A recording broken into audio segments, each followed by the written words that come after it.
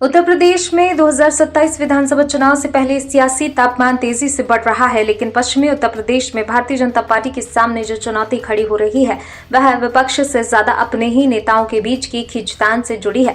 मुजफ्फरनगर के पूर्व सांसद और केंद्रीय मंत्री रह चुके संजीव बालियान का हालिया रवैया पार्टी के लिए नई परेशानी बनता दिख रहा है। दरअसल मेरठ के सरधना में आयोजित महाराजा सूरजमल की प्रतिमा अनावरण समारोह के दौरान संजीव बालियान ने मंच से ऐसा बयान दिया जिसने सियासी हलकों में हलचल मचा दी। उन्होंने बिना नाम लिए कहा कि सामाजिक और राजनीतिक जीवन में अपमान सहना पड़ता है, लेकिन मैं इसे सूद समेत वापस करूंगा। इस बयान को सीधे तौर पर उनकी पार्टी के ही नेता संगीत सोम पर निशाना माना जा रहा है।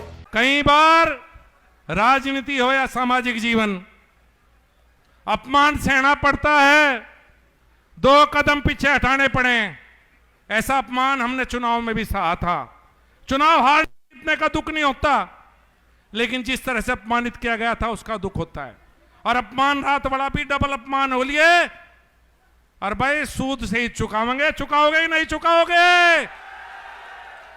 अगर किसी ने अपमानित किया है तो सूद ब्याज सहित वापस पहुंचा के जाएंगे। मैं भूल जाऊं तो तुम ना भूलन दियो, और तुम भूलोगे तो मैं नहीं भूलन दूंगा, बिल्कुल भी, किसी कीमत पे भी।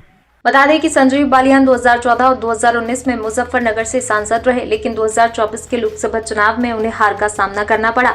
इसके बाद से उनके तेवर पहले से ज्यादा आक्रामक नजर आ रहे हैं। उनके बयान से साफ है कि वे अपनी हार और उससे जुड़े घटनाक्रम को भूले नहीं हैं और अब हिसाब बराबर करने के मूड में हैं। उन्होंने अपने भाषण में ये भी कहा कि उन्हें चुनाव हारने का दुख नहीं, बल्कि साजिश के तहत किए गए अपमान का दर्द है। उन्होंने 2 बार अपमानित किए जाने की बात भी कही, जो इस बात की ओर इशारा करता है कि पार्टी के भीतर गहरी नाराजगी मौजूद है। पश्चिमी यूपी में संजीव बालियान और संगीत सोम दोनों ही बड़े चेहरे माने जाते हैं। एक तरफ बालियान जाट समुदाय का प्रतिनिधित्व करते हैं, तो वहीं संगीत सोम ठाकुर राजपूत समाज में मजबूत पकड़ रखते हैं। दोनों ही नेताओं के बीच लंबे समय से मतभेद रहे हैं, जो अब खुलकर सामने आने लगे हैं। 2022 के विधानसभा चुनाव में संगीत सोम की हार के बाद उन्होंने जाट वोट न मिलने की बात कही थी, जिसका ठीकरा बालियान पर फोड़ा गया। वहीं 2024 में बालियान की हार के बाद उन्होंने भी अप्रत्यक्ष रूप से संगीत सोम को जिम्मेदार ठहराया। इस तरह ये टकराव अब जाट बनाम ठाकुर की सियासी लड़ाई का रूप लेता दिख रहा है।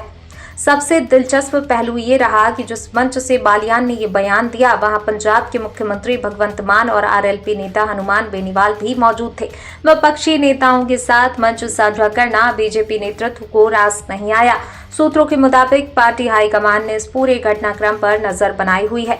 एक रिपोर्ट के अनुसार पार्टी के एक वरिष्ठ नेता ने नाम न छापने की शर्त पर कहा कि बालियान की नाराजगी पार्टी को नुकसान पहुंचा सकती है। जिस तरह मंच से विपक्षी नेता प्रधानमंत्री मोदी पर हमला कर रहे थे और बालियान मुस्कुरा रहे थे, वह सही संकेत नहीं है। राजनीतिक विश्लेषकों का मानना है कि अगर ये अंदरूनी कलह समय रहते नहीं सुलझी तो पश्चिमी यूपी में बीजेपी को बड़ा नुकसान हो सकता है। ये इलाका पहले ही जातीय समीकरणों के लिहाज से संवेदनशील माना जाता है और यहाँ जाट व राजपूत वोट बैंक की भूमिका बेहद अहम होती है। अगर बालियान और संगीत सोम के बीच टकराव बढ़ता है तो इसका सीधा असर 2027 के विधानसभा चुनाव पर पड़ सकता है।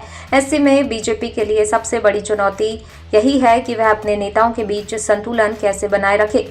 अब सबसे बड़ा सवाल यही है कि क्या बीजेपी अंदरूनी खींचतान को समय रहते सुलझा पाएगी या फिर पश्चिमी यूपी में ये विवाद पार्टी के लिए बड़ा सियासी नुकसान साबित होगा। आने वाले महीनों में इसका जवाब साफ हो सकता है। Bureau report, news 18 desk.